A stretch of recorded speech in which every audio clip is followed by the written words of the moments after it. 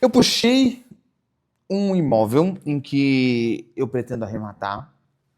Esse imóvel é aquele imóvel padrão da MRV e eu descubro que o antigo proprietário está sofrendo um processo por conta de não pagar todas as parcelas da construtora. A pergunta que fica é: eu preciso me preocupar com essas dívidas? Existem alguns outros processos que eu tenho que ficar ligado? Qual que é o alcance ou a preocupação que eu tenho que ter e como que eu posso verificar isso nos detalhes? Essa é basicamente a pergunta que eu recebi hoje, um pouco agora, antes de gravar esse vídeo. E eu decidi falar para vocês a mesma resposta que eu gravei, que eu vou gravar ainda, na verdade, um áudio para o grupo do WhatsApp dos meus alunos. Então vamos lá, gente. É comum nos imóveis populares, aqueles tipos de MRV, quando a pessoa compra, ela faz uma aquisição em que ela parcela a entrada. Então o que acontece? A consultora fala assim: ó, você quer comprar na planta? Legal, o imóvel vai valer 200 mil, um exemplo. 200 mil na planta, ou 150 mil na planta. Você vai ter que dar uma entrada e o restante você financia. 50 mil de entrada, o restante vai ser financiado. Só que tem um problema.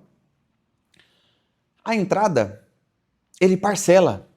Por isso que às vezes a pessoa acha que é super vantajoso comprar o imóvel na planta. Porque ele vai parcelar a entrada. Então ele vai pagar parcelinhas. Parcelinhas pequenininhas. E aí, o que acontece com muita frequência? A pessoa começa a pagar a entrada, é uma parcela, sei lá, de 700, 600 reais. Tá tranquilo, tá pagando. O imóvel fica pronto.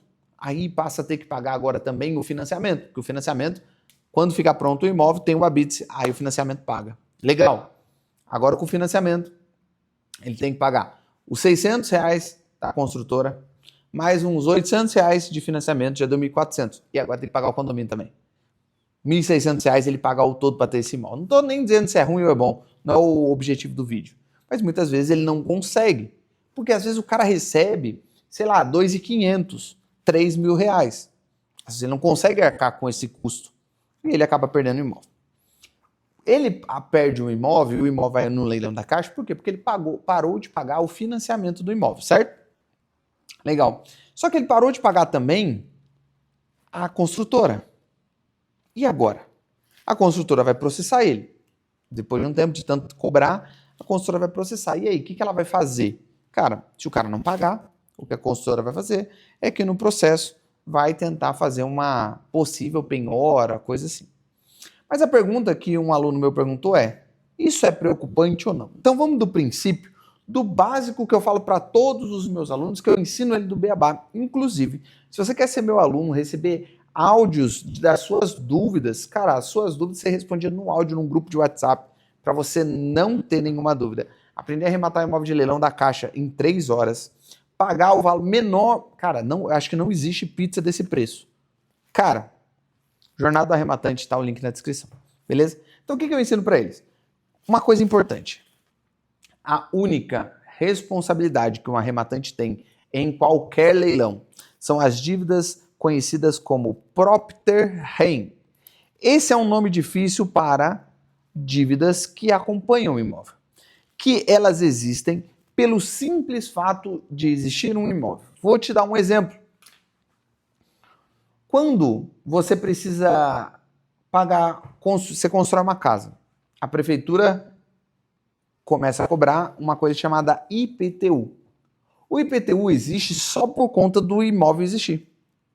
Não existe por mais nada. Quando existe um condomínio, o condomínio começa a cobrar uma taxa. Essa taxa existe pelo simples fato de existir um imóvel. Então, essas dívidas são chamadas de dívidas propter rem. Elas são as mais comuns, mas não são as únicas. Em alguns casos, quando você vai fazer uma grande reforma, uma construção, pensa que um condomínio foi lá e chamou, fez uma construção de um grande empreendimento.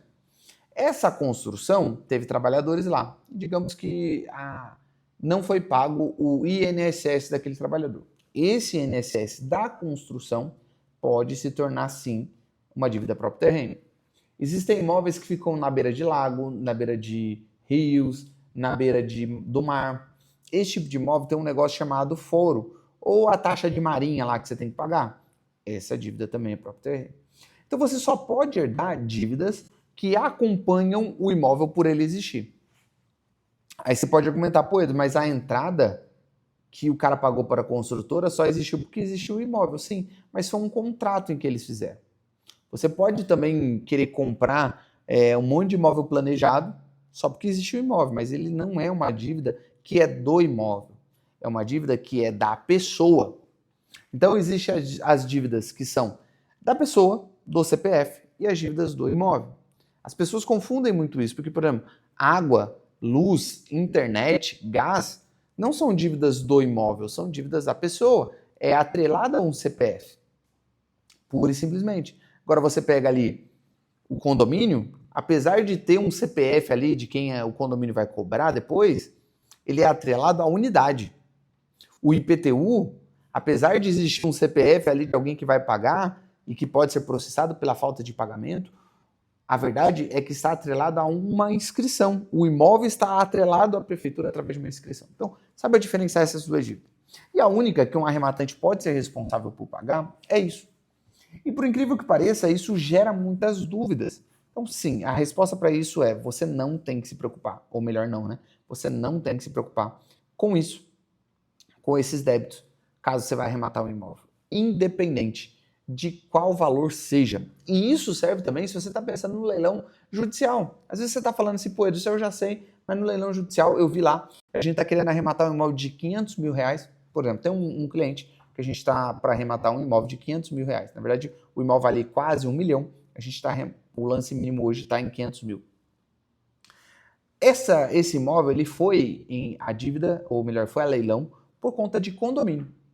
O condomínio começou a cobrar, a pessoa começou a não pagar o condomínio, e aí, em algum momento, o juiz determinou, cara, vamos penhorar esse imóvel para que seja pago o condomínio.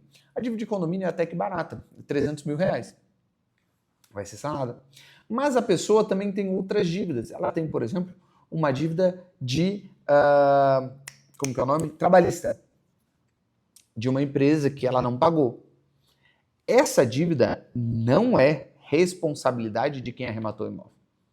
Existe sim o que a gente chama de concurso de credores, que é uma ordem hierárquica de dívidas. É até um assunto bem complexo que a gente pode fazer em algum momento um vídeo sobre isso.